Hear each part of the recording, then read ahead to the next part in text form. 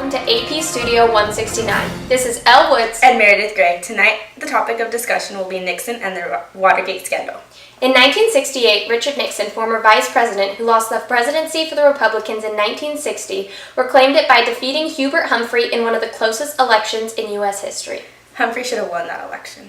Continuing on June 17, 1972, 5 burglars were caught breaking into the headquarters of the Democratic National Committee in Watergate. The burglars were attempting to bug the phones of the Democrats. By bug, they were attempting to install listening devices that would let them in on the Democratic strategies. These burglars were working for a group known as the Committee to Re-elect the President and were working indirectly under the instructions of the White House. And the controversy continued when a $25,000 check wound up in the bank account of one of the burglars. The FBI accused this break-in as a massive campaign of political spying and sabotage conducted on behalf of the Nixon re-election effort.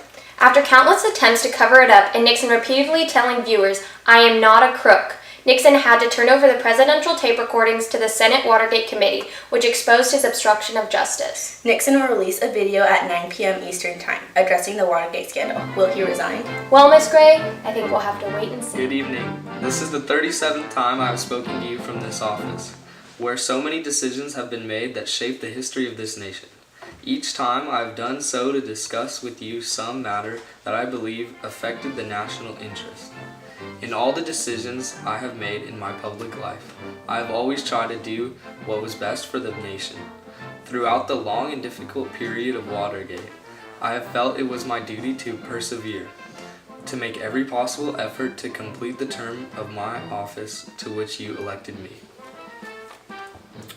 From discussions I have had with congressional and other leaders, I have concluded that because of the Watergate matter, I might not have the support of the Congress that I would consider necessary to back the very difficult decisions and carry out the duties of this office in the way the interests of the nation would require. I have never been a quitter. To leave office before my term is completed is abhorrent to every instinct in my body. But as president, I must put the interest of America first. America needs a full-time president and a full-time Congress, especially at this time with problems we face at home and abroad. When I first took the oath of office as president 5.5 years ago, I made this sacred commitment to consecrate my office, my energies, and all the wisdom I can summon to the cause of peace among nations. I've done my very best in all the days since to be true to that pledge. As a result of these efforts, I am confident that the world is a safer place today, not only for the people of America, but for the people of all nations, and that all of our children have a better chance than before of living in peace rather than dying in war. That this, more than anything, is what I hope to achieve when I sought the presidency. This, more than anything, is what I hope will be my legacy to you, to our country, as I leave the presidency. To have served in this office is to have felt a very personal sense of kinship with each and every American. In leaving, I do so with this prayer. May God's grace be with you in all the days ahead.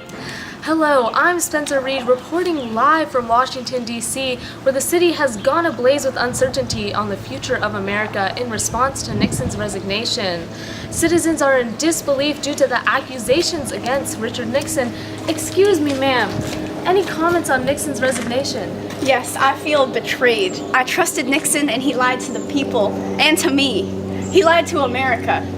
What is the nation supposed to do? I've lost faith not only in the Republican Party, but in politics as a whole. Well, America hears you there, ma'am. In your opinion, what will this nation take from this catastrophic event, and how will it affect our future as a nation? I think from this we've learned that we need to be more careful on who we elect in office. For the future of America, I think that we are all at risk. We cannot afford to have this happen again. I can't imagine this happening to the future generation of America. Thank you very much for your time, ma'am. As you can see, chaos is among our nation. I'm Spencer Reed from AP Studio 169. Have a great day, a great night, and don't lose faith in America.